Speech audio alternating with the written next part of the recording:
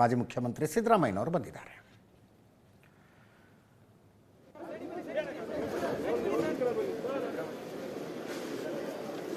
ಚೆನ್ನಮ್ಮ ಅಂದ ತಕ್ಷಣ ಅವರ ಮನೆಯ ಪರಿಚಯ ಇರೋರು, ಹೋಗಿ ಬಂದು ಮಾಡ್ತಿದ್ದವ್ರು ಹೇಳ್ತಾ ಇದ್ದ ಮಾತು, ಓ ನಮಗೆ ಅನ್ನ ಹಾಕಿದ್ದಾರೆ, ನಮಗೆ ಊಟ ಹಾಕಿದ್ದಾರೆ, ಅವ್ರ ಕೈಯಲ್ಲಿ ಊಟ ಮಾಡಿದ್ದೀವಿ.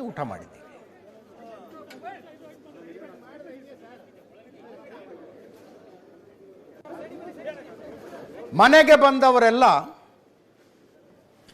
ಊಟದ ಟೈಮಿಗೆ ಬಂದಿದ್ರೆ ಊಟ, ತಿಂಡಿ ಟೈಮಿಗೆ ಬಂದಿದ್ರೆ ತಿಂಡಿ, ಕೊನೆ ಪಕ್ಷ ಕಾಫಿನಾರು ಕುಡ್ಕೊಂಡು ಹೋಗ್ಬೇಕು ಅಂತ.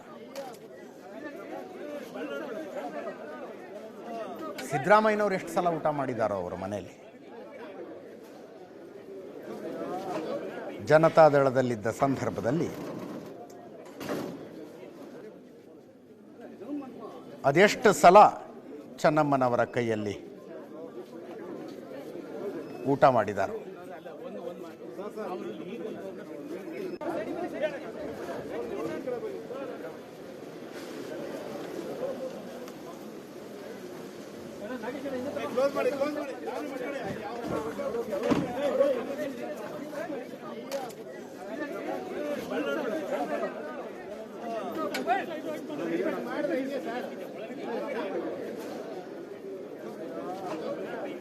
ಮುಖ್ಯಮಂತ್ರಿ ಸಿದ್ದರಾಮಯ್ಯನವರು ಬಂದರು ಅಂತಿಮ ದರ್ಶನಕ್ಕೆ. ಸ್ವಲ್ಪ ಹೊತ್ತಿಗೆ ಮುಂಚೆ ಟ್ವೀಟು ಮಾಡಿದ್ರು. ಮಾಜಿ ಪ್ರಧಾನಿ ಎಚ್.ಡಿ. ದೇವೇಗೌಡರ ಪತ್ನಿ ಚೆನ್ನಮ್ಮನವರ ನಿಧನದಿಂದ ದುಃಖಿತನಾಗಿದ್ದೇನೆ.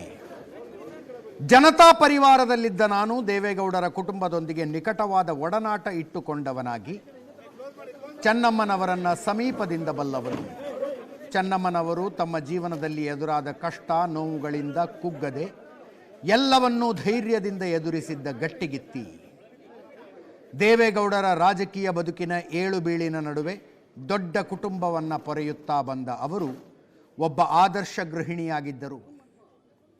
ಮಾಜಿ ಪ್ರಧಾನಿಗಳ ಮಡದಿಯಾಗಿದ್ದರೂ ಯಾವ ಹಮ್ಮು ಬಿಮ್ಮು ಇಲ್ಲದೆ ಎಲ್ಲರನ್ನೂ ಅಕ್ಕರೆಯಿಂದ ಕಾಣುತ್ತಿದ್ದ ಚೆನ್ನಮ್ಮನವರು ಮಾದರಿ ಸತಿಯಾಗಿ ತುಂಬು ಜೀವನ ಸಾಗಿಸಿದವರು. ದೀರ್ಘಕಾಲದ ಸಂಗಾತಿಯನ್ನ ಈ ಇಳಿವಯಸ್ಸಿನಲ್ಲಿ ಕಳೆದುಕೊಂಡ ದೇವೇಗೌಡರಿಗೆ ದುಃಖವನ್ನು ಸಹಿಸಿಕೊಳ್ಳುವ ಶಕ್ತಿಯನ್ನ ಭಗವಂತ ನೀಡಲಿ. ಗೌಡರ ಕುಟುಂಬ ಸದಸ್ಯರಿಗೆ ನನ್ನ ಸಂತಾಪಗಳು. ಅವರ ನೋವಿನಲ್ಲಿ ನಾನೂ ಭಾಗಿಯಾಗಿದ್ದೇನೆ.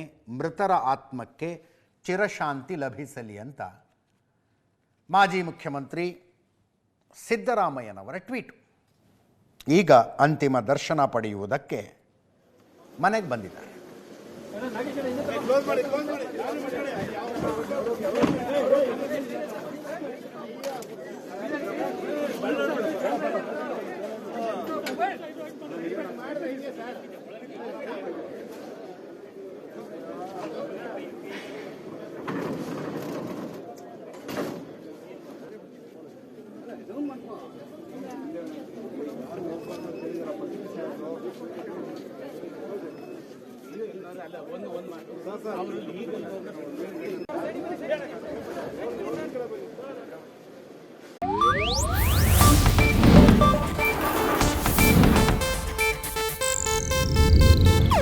ಇದು ಏಷ್ಯಾನೆಟ್ ನ್ಯೂಸ್ ನೆಟ್ವರ್ಕ್ ಪ್ರಸ್ತುತಿ.